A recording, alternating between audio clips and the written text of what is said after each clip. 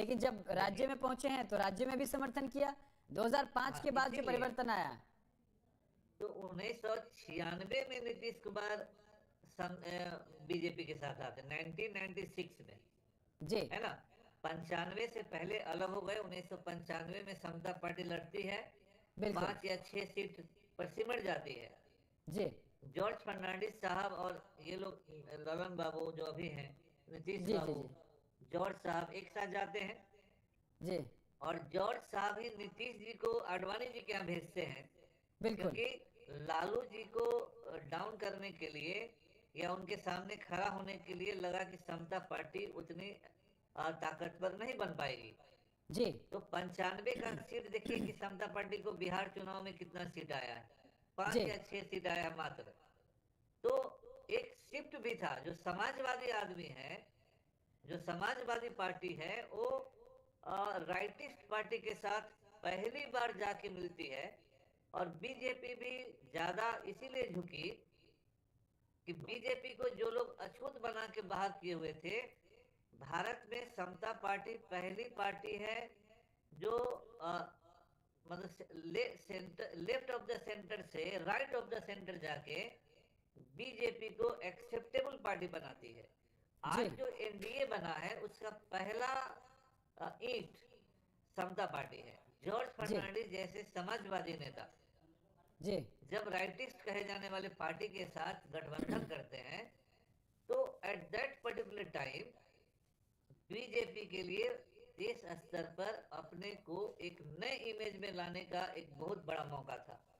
जी और तब धीरे धीरे बहुत सारी पार्टियां उन लोगों से जुड़ी और आगे चलकर एनडीए बना। तो बिहार में नीतीश कुमार ने वो पॉलिटिकल इंजीनियरिंग किया बीजेपी की सहायता से, बीजेपी क्योंकि बिल्कुल बीजेपी अर्बन पार्टी के रूप में सिमट कर रह गई। बिल्कुल और सुशील मोदी कभी मास लीडर नहीं रहे हैं। बिल्कुल। और इसीलिए मैंने कहा, देखिए, अच्छा, मंगल पांडे जी आपको नहीं बहुत ही लगता बड़े जी नेता है। कुमार जी, आपको नहीं लगता बिहार विधानसभा चुनाव से पहले केंद्र का एक व्यक्ति जिन्होंने प्रयास किया कि वो नीतीश कुमार के खिलाफ मुखर होकर बोल सकें, उनका सामना कर उनके सामने खड़े हो सकें, सिर्फ इसलिए कि कहीं ना कहीं उनको लगा कि अगर मैं अपनी इस बात में कामयाब हो गया, नीतीश कुमार के सामने अपना जो कॉम्प्लेक्स उसको दिखा पाया, तो कहीं ना कहीं बीजेपी के सामने ये होगा कि भाई मैं एक मुख्यमंत्री का चेहरा हो सकता हूं। और वो व्यक्ति चिराग पासवान को पता है कि वो केंद्र में हमारे साथ हैं, राज्य में हमारे साथ हैं, बावजूद इसके उन्होंने गाहे बगाहे नीतीश कुमार पर खुलकर हमला बोला। उन्होंने नीतीश कुमार की नीतियों पर खुलकर प्रहार किया। जब जब बिहार में मर्डर हुआ, उन्होंने कहा कि बिहार सरकार कर क्या रही है, उनको पता है कि उन्हीं की सरकार, उन्हीं की पार्टी है, बावजूद इसके वो बोलते हुए नजर आए। तो कहीं ना कहीं चिराग पासवान ने यह प्रयास किया कि वो या तो उनको केंद्र से कोई ना कोई सपोर्ट मिल रही थी कि भाई आप बोलो, हम आपके साथ हैं, या फिर वो खुद को एक बड़ा नेता के तौर पर बिहार में देख रहे थे, इसलिए नीतीश कुमार के खिलाफ बोल रहे थे। देखिए, मैं अगर ऑनेस्टली कहूं जी तो बीजेपी अंडरहैंड लगातार प्रयास की है और कई असफल प्रयास की है कि नीतीश कुमार के सामने कोई क्रेडिबल चेहरा हम सामने ला सके और एक रिप्लेसमेंट के तौर पर हम उनको दे सके। पुनः मैं